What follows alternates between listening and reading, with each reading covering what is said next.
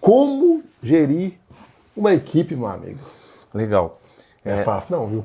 Não é fácil, mas é factível. Eu sempre falo isso, né, Mike? Vamos pensar pelo começo, né? Vamos desenhar as coisas para ficar mais fácil. Geralmente a gente começa um negócio e a gente é o cara da atividade. É o cara que faz imobiliário e começa a vender, começa a ter os retornos, e aí é o cara que está muito focado na gestão operacional, está muito focado na entrega. Eu falo que um gestor ele está sempre olhando para o horizonte do negócio, o cara estratégico ele está olhando para frente. E o time ele está olhando para a rotina. Então se a gente entender que como é que a gente vai contratar um time e como é que a gente vai fazer gestão de equipe, é sempre o seguinte, primeiro passo, que é o que mais acontece de errado, cuidado para não contratar gente barata e sem conhecimento. Por quê? É o cara que você tem que gastar uma energia gigante. É o mais barato que sai mais caro. Ou seja, tem muita gente que fala o seguinte, o Mike é um puta profissional, mas ele é muito caro para minha companhia. Caro é quem não dá retorno. Ou seja, seu funcionário mais caro pode ser o mais barato. Legal, viu? Olha que louco. Eu tenho hoje dentro dos nossos negócios, tem colaboradores que ganham 50 mil reais. Geralmente esses caras geram um faturamento gigante. Ou seja, esse cara se torna barato. Agora é um cara de 2 mil reais que não faz nada. Então, primeiro passo é contratar gente boa. Beleza? Tá contratando gente boa, quer dizer que esses caras são autogerenciáveis? Não. Quer dizer que esses caras já trazem uma força muito grande e conseguem tocar o barco e tomar decisões. E isso faz com que você tenha melhor gestão sobre pessoas. Segundo ponto, muita gente erra na contratação porque fala o seguinte, eu tô precisando de... tá com um gargalo aqui em atendimento. Ô Mike, você conhece muita gente, contrata um cara aí para atendimento. Ou seja, um processo de recrutamento e seleção mal desenvolvido.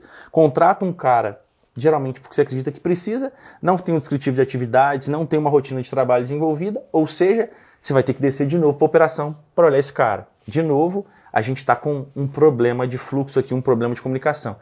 O terceiro ponto que é muito importante é que muita gente mitiga também a cultura organizacional, né, Mike? Quando a gente não tem uma cultura desenvolvida, a gente precisa desenvolver. E a gente tem um monte de gente pensando diferente dentro da companhia.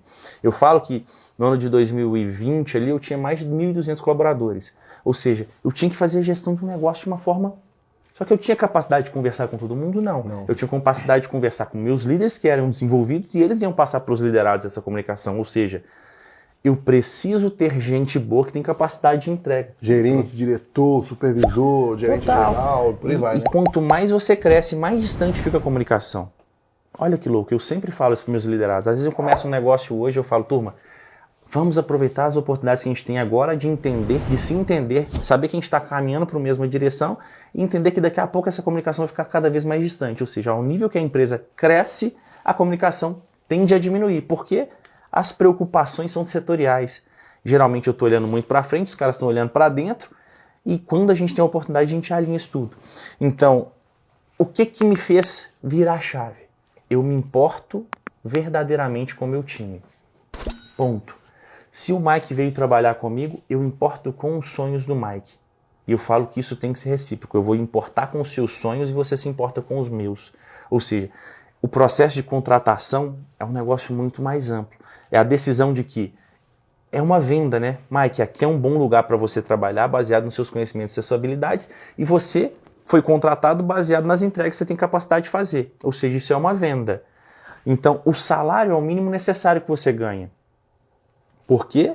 Porque você foi contratado para fazer isso baseado nos seus conhecimentos e suas habilidades. Se você fizer mais, eu posso pagar uma remuneração variável. Se você fizer menos, é demissão. Por quê? Se eu fizer menos como uma empresa, ou seja, se eu combinar de pagar R$ 1.500 e pagar R$ 1.200, o que acontece? Desanima, né? Então, lembra que nessa relação é uma troca. Se a gente entende que é uma troca, está muito bem estabelecido. Então eu me importo muito com os seus sonhos, a gente vai em direção dos seus sonhos e você automaticamente vai em direção dos meus sonhos. Só que existe gente egoísta. Eu sempre falo isso. Às vezes tem um sempre cara no tem time. né? Sempre. Mas aí entra a parte da comunicação. Eu falo, Mike, eu estou indo em direção aos seus sonhos. Você me falou que queria uma casa própria, você falou que queria uma educação melhor para os seus filhos. Foi legal isso, viu? E a gente começou a ir nessa direção. Só que você está olhando, eu estou olhando para você e você está olhando para você. E aí? Essa relação ficou injusta. Se ela continuar assim, eu vou ter que olhar para mim e você olhar para você e é uma ruptura. Ou seja, O que é importante para você se torna importante para mim, mas o que é importante para mim tem que ser importante para você. Ou seja, eu penso no bem-estar e no desenvolvimento do meu time e eles pensam no bem-estar e desenvolvimento do negócio. Então é uma colaboração. Então o ambiente se torna muito desenvolvido. Para poder ter uma boa gestão de equipe, é uma série de fatores envolvidos. É uma série de fatores. Vai desde cuidado, né? processos estabelecidos e claros, processo de recrutamento e seleção, cultura, processos internos bem desenvolvidos, comunicação assertiva. Então, assim, turma, não é fácil, mas é factível. Tem mais uma, essa aqui é polêmica, é legal. Ó. Pedro, como convencer os pais da galera que está começando, né, que nem sempre o melhor caminho é faculdade? Boa. A gente vive em um mundo muito dinâmico hoje, né? Eu falo que, por exemplo, eu tenho 35 anos hoje, quando eu entrei na faculdade com 17, 18 anos, e ali eu fiz 4 anos de graduação. E por muito tempo eu entendi que as coisas que foram ensinadas ali não iam me levar a lugar nenhum e tal, mas tudo bem. Mas foi um ambiente de muito desenvolvimento, onde eu conhecia pessoas, eu absorvia conteúdo, eu me desenvolvi como profissional, como pessoa, tomei as coladas que eu precisava para me moldar em relação ao mercado de trabalho. Porque a selva, turma, não é a faculdade. A selva é o mercado. Ou seja, os preparados estarão um passo à frente. Então, se você for pensar como fonte de renda e dinheiro, é o pior indicador que você pode pensar na tomada de decisão, porque fazer dinheiro qualquer pessoa faz. Ponto. Se você está aí agora e fala assim, eu não tenho dinheiro para nada, olha para o lado da sua casa, você tem um lote, pede para capinar, você vai ganhar dinheiro. O cara da padaria, você fala assim, irmão, deixa eu entregar pão para você que você vai ganhar dinheiro. Turma, fazer dinheiro é simples. Mas, como é que a gente consegue deixar isso aí perene? Como é que a gente consegue transformar uma fonte de renda em um negócio? Como é que a gente torna um negócio, uma empresa em um negócio que nos dá liberdade de tempo e decisão, que nos traz retorno financeiro, lucro com escala? Com educação. Então, como é que eu falo que educação, por exemplo, faculdade não é o melhor negócio? Isso eu nunca falaria. Mas se essa pessoa que está querendo convencer alguém que faculdade não é o melhor negócio, se, por exemplo, minha filha quisesse me convencer hoje que faculdade não é o melhor negócio, eu ia falar com ela o seguinte, filha, me mostra para onde você quer ir, aonde você quer chegar. Eu posso te ajudar com a minha experiência e por onde eu já passei nas suas decisões. Mas se for uma decisão, o que eu posso fazer? Eu tenho que te deixar arriscar. Então, num processo de desenvolvimento, hoje falando que isso não acontece, minha filha tem 1 ano e meio, é uma decisão, pensando lá na frente, até mais simples, né?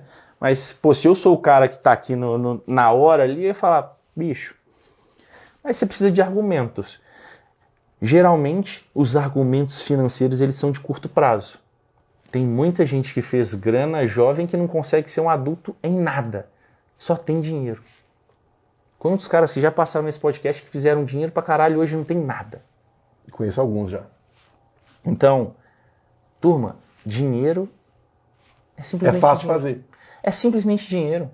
A pior coisa que você pode querer dentro de uma relação com alguém que tem alguma coisa é dinheiro. Você pode ter conhecimento, pode ter amizade, pode ter tudo. Então, a gente vem de uma geração muito imediatista. Então, eu não sou contra e a favor de nada. Eu só penso em relação ao Pedro. Quem sou eu para julgar que tudo não está fazendo? Tem que conversar. Tem que mostrar a sua opinião, de onde você quer chegar. Total. Bem, isso vai fazer sentido. Não descarta, porque, igual, a faculdade pode te agregar em network, Total. Conhecer pessoas. O conhecimento que você aprende, dependendo do que for, pode jogar lá na frente. Me fala aí alguns dos maiores empreendedores, os caras mais respeitados que você tem. Me fala 3 hoje. Flávio Augusto, é um dos que eu admiro. Total. Bill Gates e o Elon Musk. Total. E aí a gente pode olhar quem desses caras passou por um processo de graduação? Quem não passou? Quem comprou atalho? Esses caras, eles são muito fora da média. Que é quem dera a nós e as pessoas que estão assistindo poder ter o potencial de desenvolvimento e crescimento de negócio e escala que esses caras têm. Então não adianta a gente comparar cebola e abacate. Eu acho que o legal da faculdade tem que ir, porque igual o Mark Zuckerberg, como é que ele criou a Facebook? Dentro da faculdade? O Flávio Augusto foi um cara que não formou, mas ele passou por um processo. Então, turma, é a forma e a forma. Como é convencer alguém? Tendo argumentos. Mas pode ser que essa decisão ela seja imediatista. Então, olha para o seu futuro, se é isso que você quer ou não, e ponto. Algumas profissões, elas tem a necessidade básica de se passar por uma graduação. Engenharia, advocacia, medicina. Então tá ligado aos sonhos dos caras. Eu quero fazer dinheiro e azar. Bicho, é outro caminho, entendeu? Então, é uma pergunta muito ampla. A primeira coisa que eu ia falar se fosse minha filha, pai, eu quero te convencer que eu não quero ir pra graduação. Filha, me fala onde você quer chegar. Se ela falasse, pai, eu só quero fazer dinheiro agora, não tem problema, eu tô pensando agora mesmo. Então, filha, é isso, segue seu rumo, boa. Eu vou te ajudar com o que eu tenho.